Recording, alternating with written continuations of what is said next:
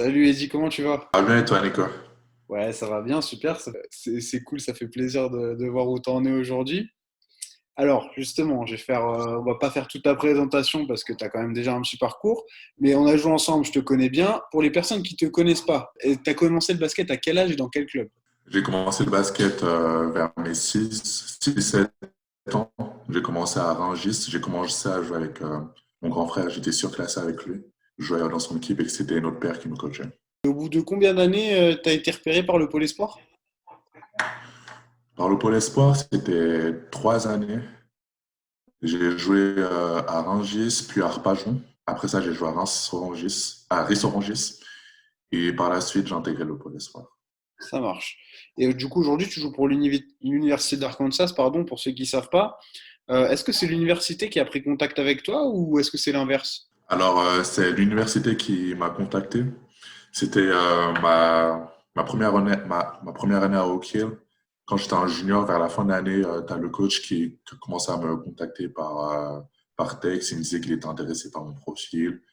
Puis par la suite, il est venu me regarder jouer pendant quelques matchs. Il a fait le déplacement. Et puis par la suite, on a maintenu le contact. Et puis j'ai décidé de rejoindre l'université. C'est top, c'est top. Bon, bah justement, je vais te poser des questions par rapport à ton intégration. Mais avant ça, Arkansas, pour ceux qui ne savent pas, il y a un joueur un peu connu qui a joué là-bas. Évidemment, c'est de qui je veux parler, c'est Scottie Pippen.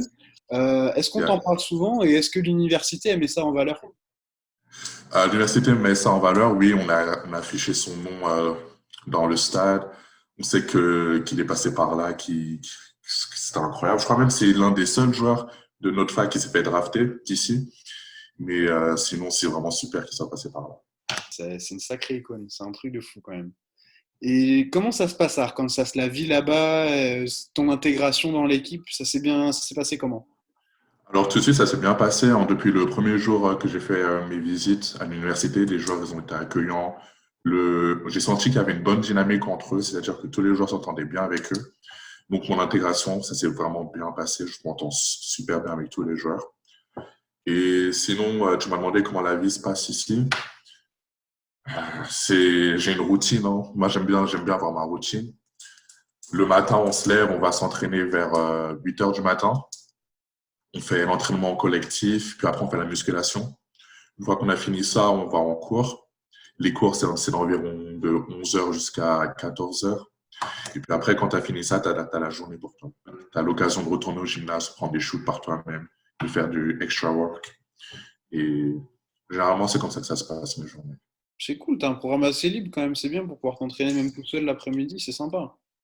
Mhm. Ok. Et est-ce que tu as eu l'occasion de visiter les États-Unis en dehors d'Arkansas encore ou t'as pas eu trop l'occasion de bouger? Alors, cette année, on a beaucoup voyagé. Ouais.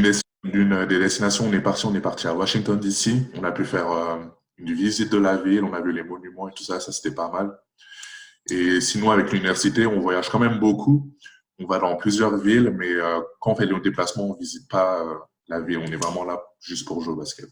D'accord. Et t'as pu voir des matchs NBA ou pas? Un seul, c'était l'année dernière. On a joué les Cleveland contre les Pacers. C'était vraiment pas mal. Excellent. Et justement, donc tu as joué en France, tu as joué aux États-Unis, je voulais te demander la plus grosse différence entre le jeu français et le jeu américain selon toi. Ce qui t'a marqué le plus? Voilà. La différence qui m'a plus marqué, c'est la différence athlétique Ouais. entre les États-Unis et la France. Ici, les joueurs, ils sont plus athlétiques, c'est plus explosif, c'est différent, quoi. Tu sens qu'il y a une différence un peu. Ça, c'est ce qui m'a le plus surpris. Ok. Et moi, je t'ai connu en tant que poste 3 plus ou moins, si je me trompe pas, voire presque 4. Est-ce que tu as changé de poste ou de style de jeu en arrivant justement aux États-Unis? Est-ce que tu as dû t'adapter un peu? Alors, non, je joue toujours le même poste, je joue ailier et poste 4. Et ça dépend en fait des joueurs qu'on a, mais la plupart du temps, je vais plutôt jouer 4. Ok. Et tu as eu l'occasion de croiser des gros joueurs en NCAA cette année ou même l'année d'avant? Alors, cette année, on a joué contre Duke. Donc, j'ai croisé quelques bons joueurs de chez eux. Sinon, l'année d'avant, non, pas vraiment. Pas Ok. vraiment. Ok. Et là, on a parlé un peu de l'université des États-Unis. Je vais revenir vite fait avec toi sur la sélection nationale. parce que pour ceux qui ne savent pas, tu es en sélection nationale. Je voulais te demander, tu retrouves souvent tes potes, du coup, quand tu reviens en France, etc. Est-ce que vous parlez déjà pour ceux qui sont passés pro, est-ce que vous parlez un peu comment ça se passe chez les pros? Et puis, ma deuxième question, elle viendra après, sinon ça va faire beaucoup. Quand je suis en contact avec les autres, franchement, non, on parle même pas de ça. On parle que de conneries entre nous, des trucs insignifiants. Donc, non, pas vraiment.